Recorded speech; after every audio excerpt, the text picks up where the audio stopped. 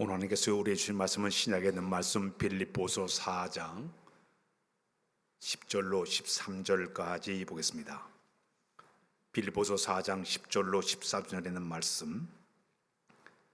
내가 주 안에서 크게 기뻐함은 너희가 나를 생각하던 것이 이제 다시 싹이 남이니 너희가 또한 이를 위하여 생각은 하였으나 기회가 없었느니라.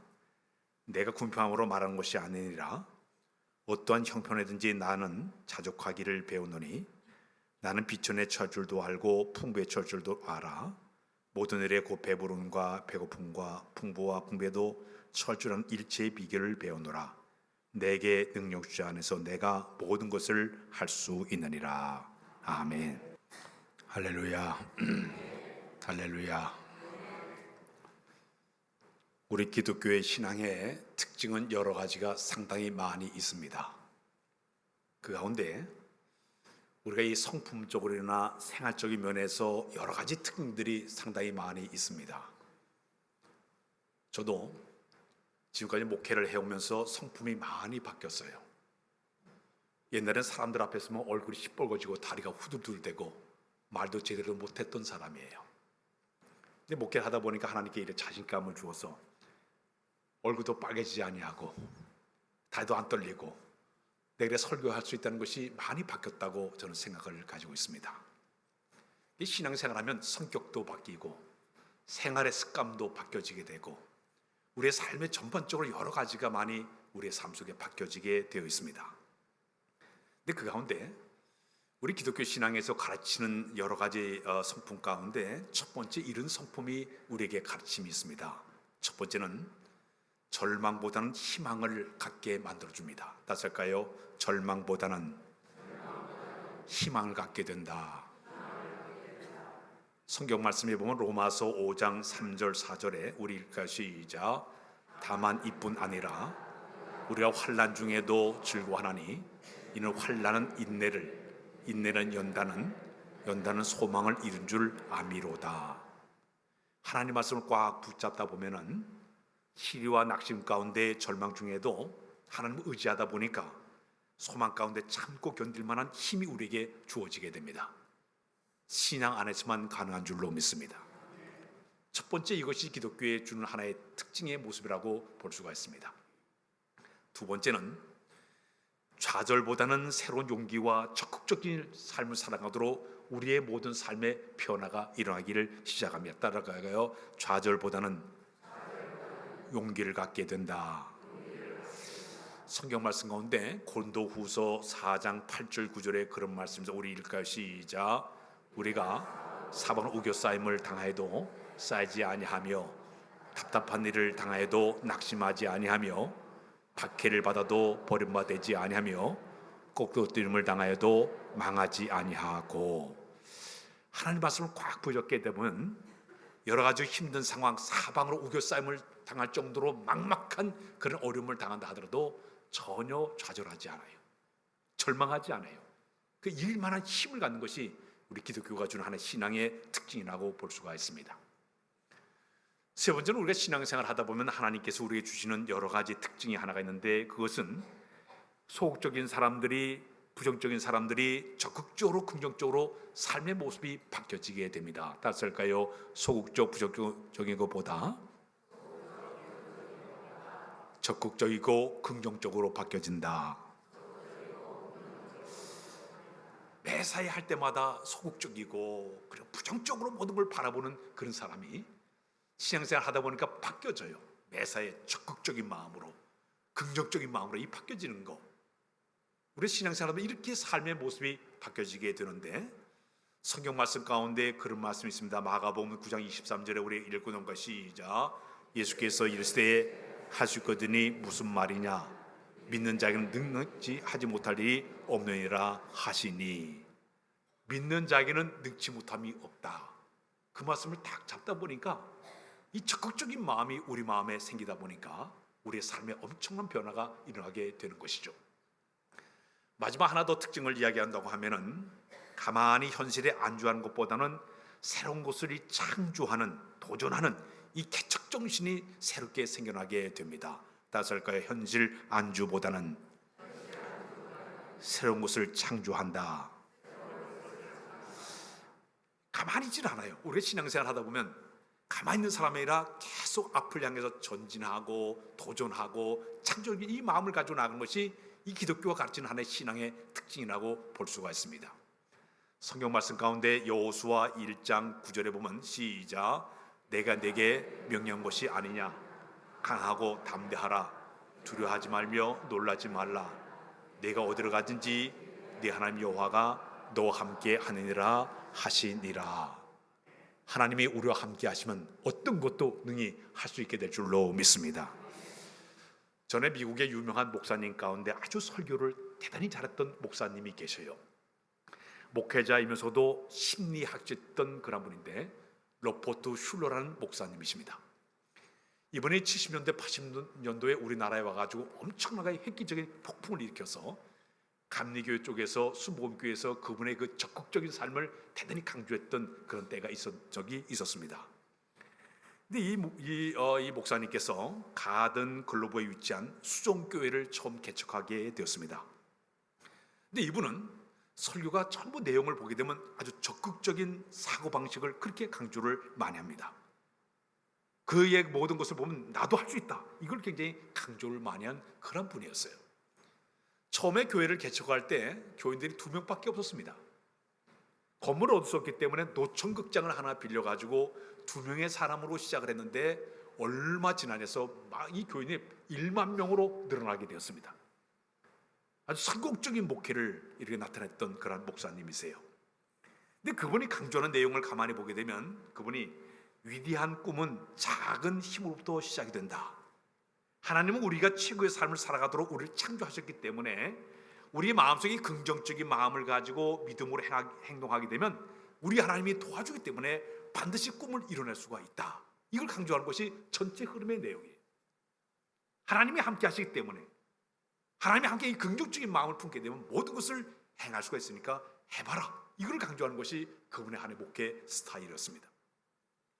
오늘 여러분들, 저나들의 삶 속에도 하나님이 우리와 함께 하시면 내가 능히 할 수 있다, 이 믿음이 우리 가운데 있을 때 모든 걸 가능하도록 만들어 낼 줄로 믿습니다. 찬양 하나 부르고 지나가겠습니다. 할 수 있다 하시는 한번 부르겠습니다. 할 수 있다 하시는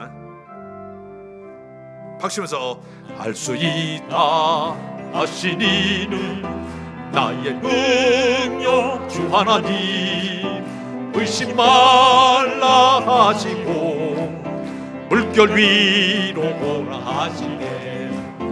할 수 있다 하신 주, 할 수 있다 하신 주, 믿음만이 능력이라 하시네. 믿음만이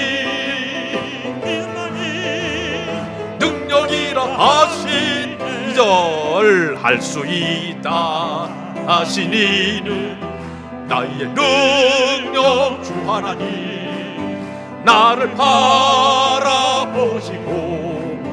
능력 준다 하시네.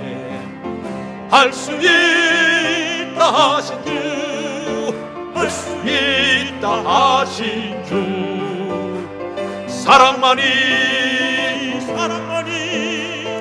능력이라 하시네. 사랑만이 능력이라 하시네. 3절 4절은 집에 가서 부르시길 바랍니다. 할 수 있다 하시는 나의 능력이 하나님이 우리와 함께 하시면 모든 것이 가능한 줄로 믿습니다. 전에 미국과 영국 사이에 통신 케이블을 연결하신 분이 있습니다.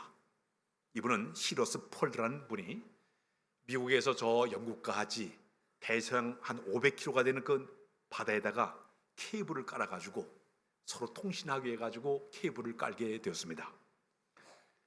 지금부터 100년 전에 그 일을 시작을 했을 때 많은 사람들이 이 시러스 폴드를 향해가지고 미쳤다고 그랬습니다. 어떻게 이 깊은 바닷속에도 500km 넘는 이 엄청난 거리를 케이블을 깔 수 있느냐고 모든 사람들이 다 그 사람에 미쳤다고 그랬습니다. 정신 이상자라고 얘기를 했습니다. 너같이 실력 없는 사람이 이를 어떻게 비웃는 사람들도 있게 되었습니다. 마침내 미국에서 저 영국까지 500km 되는 그 엄청난 대서양의 바다에다가 케이블을 깔기를 시작을 했습니다. 1차적으로 시작을 했는데 한 500km 파도에 케이블이 그냥 확 끊어져 가지고 실패하고 말았습니다. 1년 만에 다시 그가 도전하게 되었습니다. 좀 더 굵은 선을 이용해 가지고 이 케이블을 깔기를 시작했습니다. 마침내 연결이 되었습니다. 양국 간의 통화가 가능하게 되었습니다. 근데 또다시 거친 파도로 그 굵은 선이 끊어지고 말았습니다. 그때 수많은 사람들이 거봐라, 안 된다고 그랬지, 어떻게 깊은 바닷속에 파도가 일어나는데 그 끈을 연결할 수 있느냐고 모든 사람들이 야단법석했습니다. 그는 다시 7년 동안 자세하게 다시 연구를 시작을 했습니다. 세 번째 마지막 7년 후에 케이블을 또 깔았습니다. 그러나 또 실패하고 말았습니다. 당시 많은 사람들이 그를 비웃기를 시작했습니다. 주제 파악도 못한 사람이 무슨 이런 일을 하는 거다. 모든 사람들이 다 그 사람을 향해가지고 손가락질로 조롱하기를 시작을 했습니다. 그러나 이 사람은 절대 포기하지를 않았습니다. 다시 네 번째 수년 만에 다시 도전해가지고 완벽하게 케이블을 연결해서 미국과 영국 사이에 통할 수 있게끔 연결한 사람이 이 시러스 폴더라는 그런 사람이었습니다. 우리 사람들의 입장은 한 번, 두 번 하다 보면 모든 걸 포기해버려요. 낙심하게 돼요. 아무것도 하지 못했끔 우리 마음에 그런 압박을 갖게 되는 것이 사람들의 모습일 것입니다. 특히 우리 신앙을 가진 사람들도 여러 가지 상황들이 벌어지게 되면 좌절하게 되고 낙심하게 되고 포기하는 것이 바로 우리들의 모습입니다. 그러나 우리 그리스도인들에게 하나님께 주신 메시지가 있습니다. 말씀을 보여줬기만 하면 일어서게 되는데 오늘 몇 가지 성경 말씀 여러분들에게 함께 나누려고 합니다. 잠언 24장 16절에 보게 되면 이런 말씀 시작. 대저 의인은 7번 넘어질지라도 다시 일어나느니와 악인은 재앙으로 말미암아 엎드러지느니라. 시편 37편 23절로 24절에 이런 말씀을 시작. 여호와께서 사람을 걸음을 정하시고 그의 길을 기뻐하시나니 그는 넘어지나 아주 엎드러지지 아니함은 여호와께서 그의 손으로 붙드심이로다. 시편 46편 1절에 보면 이런 말씀이 있습니다. 시작. 하나님은 우리의 피난처시요 힘이시니 환난 중에 만날 큰 도움이시라. 마지막 시편 27편 1절에 보게 되면 이런 말씀이 있습니다. 시작. 여호와는 나의 빛이요 나의 구원이시니 내가 누구를 두려워하리요. 여호와는 내 생명의 능력이시니 내가 누구를 무서워하리요. 다시 한 얘기입니다. 우리 그리스도인들은 삶의 여러 가지로 넘어지고 자빠지고 코코름 당하여도 다시 일어서는 이 용기와 힘이 있어요. 제가 어릴 때 자라날 때 오뚜기를 봤어요. 오뚜기 이렇게 보게 되면 아무리 거꾸로 갖다가 뒤집어 놔도 빙글빙글 제자리로 획 돌아와요. 아무리 옆으로 놓고 거꾸로 놔도 다시 제자리로 돌아와요. 신앙의 사람들의 특징은 오뚜기 신앙, 넘어지고 자빠져도 다시 일어서게 될 줄로 믿습니다. 우리 그리스도인은 우리가 권투 선수들이 권투하다가 한 대 잘못 맞으면 다운은 당해요. 그러나 우리 그리스도는 KO는 당하지 않습니다. 뭐 하다 보면 다운은 당해요. 그러나 KO는 당하지 않아요. 끝까지 도전하고 다시 한번 나가는 이 자세가 바로 우리 그리스도에게 주신 하나님께 주신 놀라운 선물이 되는 줄로 믿습니다. 오늘 본문 내용을 좀 설명을 하고 싶습니다. 사도 바울이 지금 빌립보 감옥에 갇혔습니다. 재판을 받기 위해서 빌립보 감옥에 갇혀 있었는데 노사도, 이제 좀 나이가 좀 들어가지고 노사도예요. 근데 사도 바울이 감옥에 갇혀서 소식이 쭉 퍼져가지고 어디까지 갔는가 하면 빌립보 교회까지 그 소문이 퍼지게 되었습니다. 빌립보 교회 교인들이 그 소식을 듣니까 마음이 너무 아픈 거예요. 이 빌립보 교회를 세운 사람이 사도 바울인데 이 세운 사람이 저렇게 감옥에 갇혀가지고 고통당하는 그 소식을 들으니까 빌립보 교회 교인들이 전부 마음이 안타까워가지고 헌금을 모았습니다. 선교비를 모아가지고 에바 부르던 사람에게 네가 빨리 이것을 갖다 사도 바울에게 전달해줘라 그랬습니다. 에바 브로드가 그 선교비를 가지고 출발하게 되었습니다. 요즘이야 자동차를 타고 기차 타고 비행기 타면 빨리 가겠죠. 근데 이 당시에는 2000년에 이 땅에 전부 가려고 하면 배 타고 걸어가고 이렇게 해가지고 엄청난 거리를 걸어서 에바 브로드가 마침내 그 선교비를 가지고 사도 바울에게 도착하게 되었습니다. 근데 이 에바 브로드가 도착하자마자 중병에 걸려가지고 중병에 걸리고 말았어요. 사도 바울이 이제 기도하면서 말씀을 계속 했더니 에베소서 기력을 회복하면서 살아나게 되었습니다. 살아나자마자 여기는 사도 바울이 빌립보 교회 교인들에게 편지를 쭉 썼습니다. 이게 바로 빌립보서 내용이에요. 근데 그 내용을 쭉 쓰는데 그 내용 가운데 어떤 내용을 좀 쓰고 있는가 하면, 자, 내가 오늘 이 장에 보게 되면, 내가 지금까지 1차, 2차, 3차 전도여행을 쭉 다니면서 수많은 역경과 고난과 시련과 아픔을 많이 당하였고, 특히 배고픔과 굶김을 당하면서 어려움을 당했지만은 하나님께서 나에게 준 놀라운 선물이 하나 있었다. 그것은 하나님 내 마음속에 자족하는 마음을 주었다. 다섯가지 자족하는 마음. 어떤 상황도 그대로 받아들이는 마음을 하나님께서 나에게 선물로 주셨다. 이것이 내가 지금까지 목회하면서, 이제까지 내가 선교하면서 이 비결을 가지고 내가 여기까지 목회해 왔다. 그러면서 내가 그 하나님께 주신 그 자족하는 마음을 가지고 살다 보니까 내게 주신 마음이 인내하는 능력이 있었고, 특별히 하나님께 나에게 준 놀라운 선물이 뭐냐? 오늘 이 4장 13절 우리 다 같이 읽겠습니다. 빌립보서 4장 시작. 내게 능력 주지 안에서 내가 모든 것을 할 수 있느니라. 지금 내가 배고픔을 당하고 좌절과 해이와 낙심 속에 빠졌다 하더라도 내게 능력 주신 그분이 있기만 하면 내가 모든 것을 할 수 있다고 글을 쓰게 되었습니다. 영어 성경에 보면 내게 능력 주셔서 내가 뭔가 할 수 있다, 이 말씀을 이렇게 설명하고 있습니다. 나는 나를 강하신 주를 통해서 모든 것을 할 수 있다, 그렇게 표현하고 있습니다. NIV 비전 성경을 보게 되면 이 부분을 이렇게 해석하고 있습니다. 나는 나에게 힘주신 주를 통하여 모든 것을 할 수 있다. 사랑하는 여러분, 주님이 우리에게 힘주시면 모든 것이 가능한 줄로 믿습니다. 주님을 통하여 모든 걸 행하도록 만들어 줄 줄로 믿습니다. 사랑하는 여러분, 우리의 신앙생활 하면서 여러 가지 힘든 과정이 많이 있어요. 고달픈 과정이 많이 있어요. 그럴 때 우리의 가장 필요한 신앙적인 자세는 주님이 나와 함께 하시면, 그분이 능력 주시면 모든 걸 가능하도록 만들어 내게 될 줄로 믿습니다. 하나님께서 모세를 저 호렙산에서 가시는 물 가운데서 모세를 불렀습니다. 당시 모세의 나이가 80세였습니다. 모세에게 우리 하나님께 명령하기를 너는 가서 내 백성 이스라엘을 구원하라고 명령을 내렸습니다. 그때 모세가요, 나는 못합니다.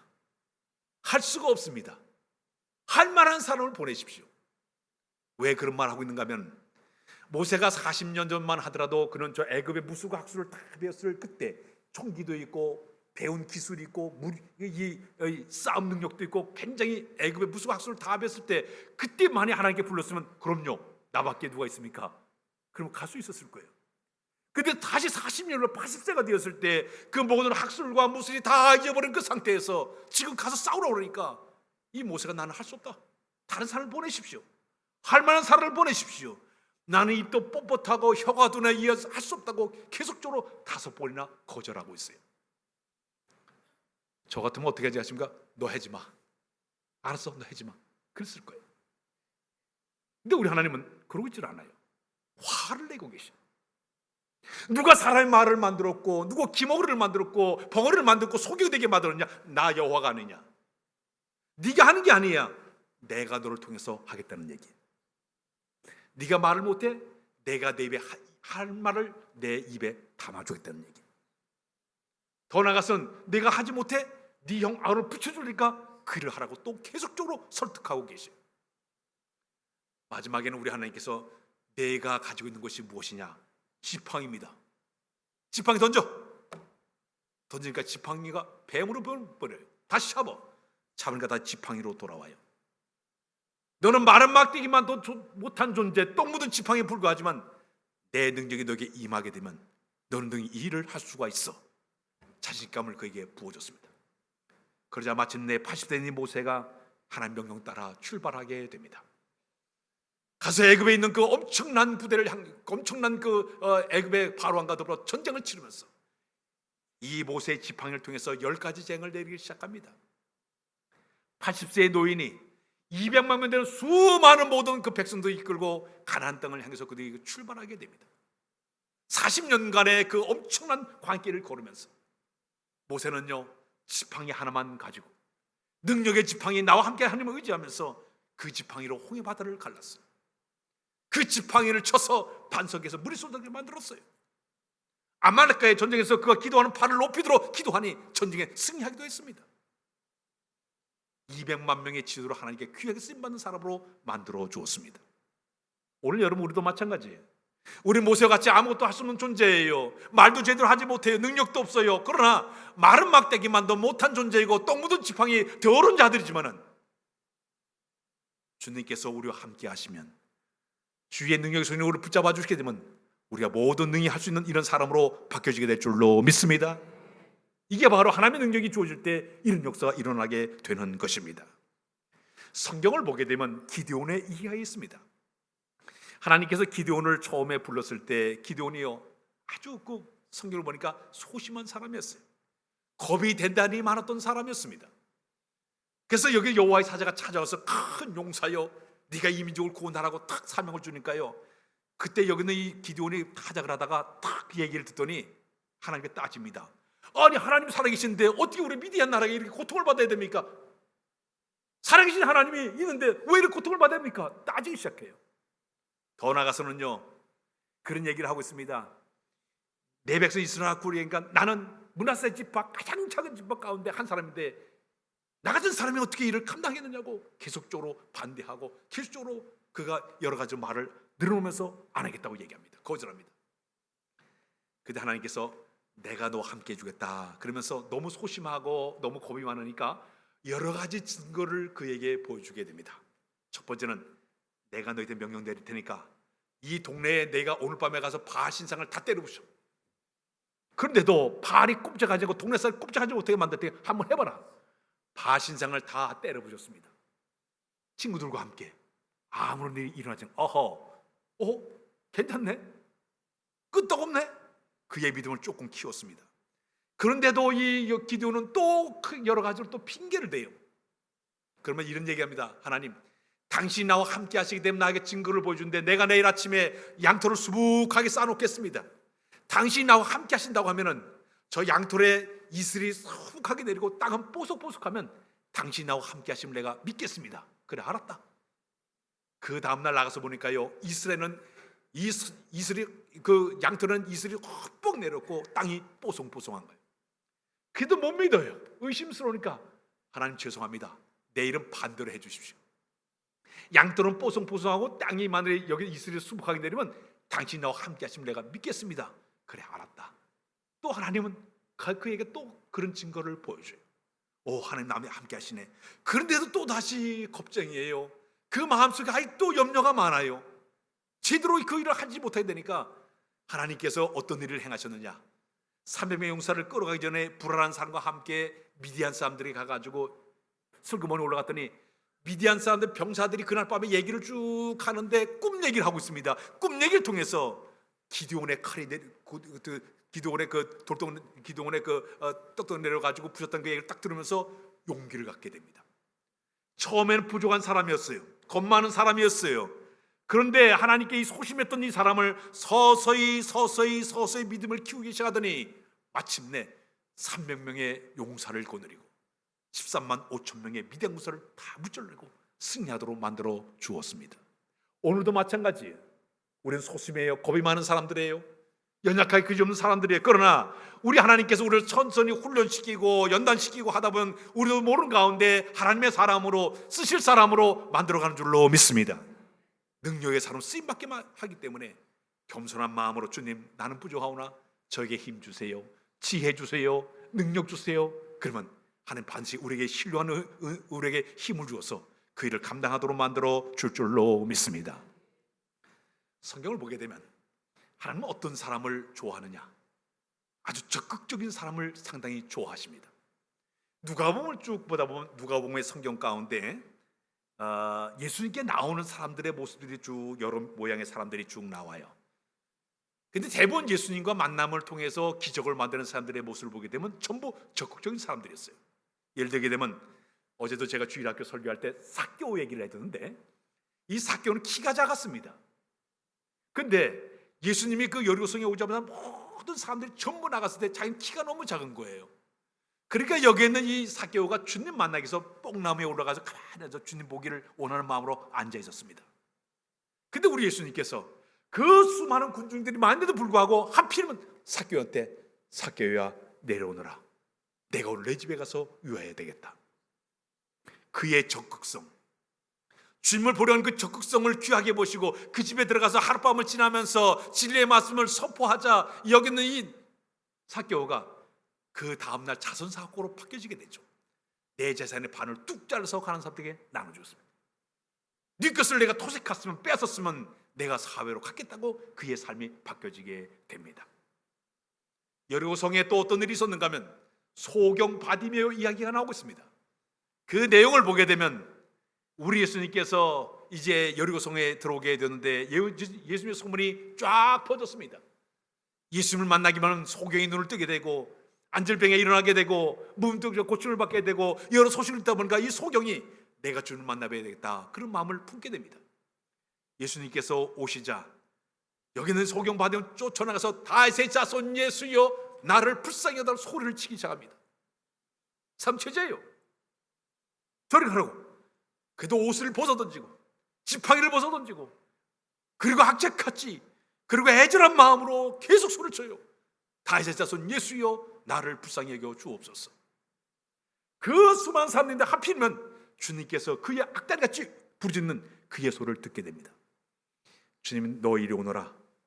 내가 너에게 무엇하여 주기를 원하냐. 제가 보기를 원하나이다. 그의 적극적인 그 모습에 우리 주님께서 그의 눈을 밝게 뜨게 만들어 주었습니다. 이게 적극성이에요. 뭔가 하나님 앞에 나갈 때마다 이런 적극성을 가지고 뛰어드는 이 적극성의 마음을 주님이 귀하게 보신다는 얘기예요. 누가복음 5장에 보게 되면 중풍병자가 있었습니다. 자, 그런데 중풍병자가 예수님께 가려고 해도 이 누워가지고 또 일어설 수 없으니까 갈 수가 없어요. 이 가버나움의 모든 사람들이 다 동네 사람이 모여가지고 예수님께 치유를 받고 있는데 이 사람 가고 싶어도 가지를 못해요.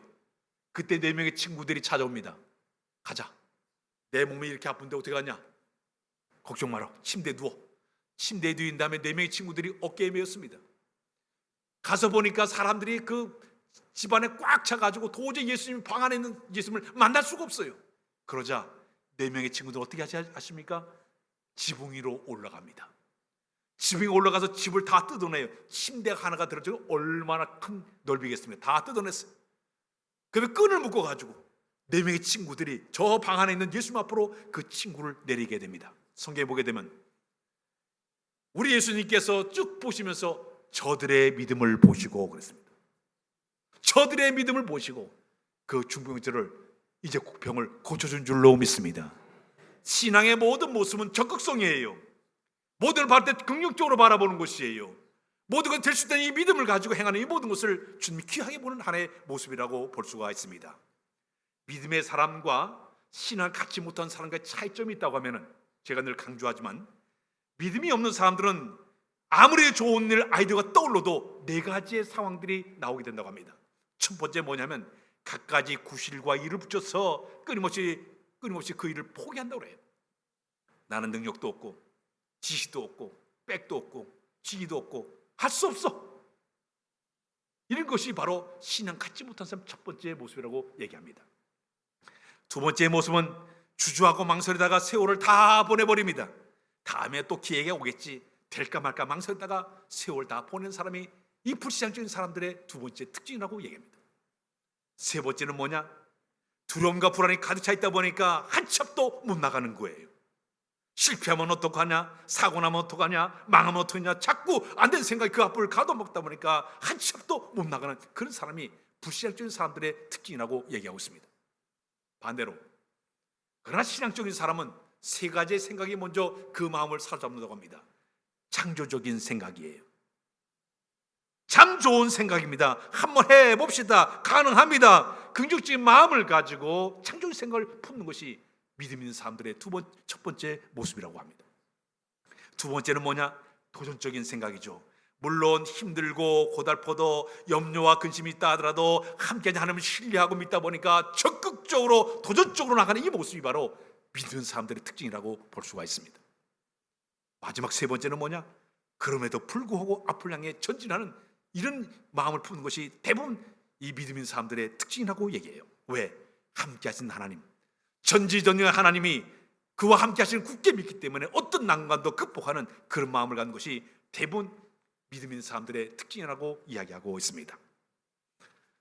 아프리카 선교의 아버지라 부르는 리빙스턴이라는 분이 계십니다. 그 16년 동안 아프리카 지역에 가서 열심히 사역을 잘 마치고 자기 고국으로 돌아왔습니다. 한번 그가 그레스고라고 하는 그 대학에 가서 특강하게 되었습니다. 그때 한 젊은 학생이 리빙스턴에게 질문했습니다. 당신이 그렇게 힘들고 고달픈 이런 그 고독한 환경 속에서 어떻게 10년 동안 이렇게 버티면서 이 엄청난 사역을 이뤘습니까? 하고 질문했습니다. 그때 리빙스턴은 서슴지 않고 이렇게 대답했습니다. 내가 거기서 사역하는 동안에 하나님은 나에게 두 가지 약속의 말씀을 주었습니다.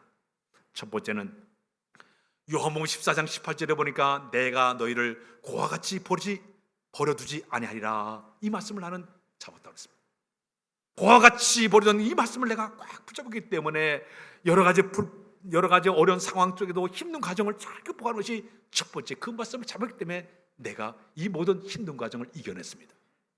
두 번째는 마태복음 28장 20절의 말씀, 내가 세상 끝날까지 너희와 항상 함께 있으리라, 이 말씀을 내가 붙잡았기 때문에, 능력이 원천된 그 주님을 내가 의지했기 때문에 내가 마친 내 성공적인 내가 이 모든 사역을 감당했다고 이야기하고 있습니다. 사랑하는 여러분, 성령님은 우리 안에 거하시고 계신 줄로 믿습니다. 그분은 우리의 마음속에 지금 끊임없는 믿음을 우리에게 주기를 원하고 있습니다. 우리의 삶 변화되기를 원하고 있습니다. 창조적인 생각, 적극적인 생각, 긍정적인 마음 품게 만들어서 어떤 행하도록 끊임없이 우리 마음을 움직일 때마다 우리에게 필요한 것은 적극적인 믿음을 가지고 순종하는 마음으로 행할 때마다 하나님 우리를 통해 놀라운 역사를 허락해 줄 줄로 믿습니다. 이 성령의 계절에 거룩한 영의 도우심받아 적극적인 믿음으로 승리하는 여러분들 다 되시길 주의 이름으로 부탁드립니다.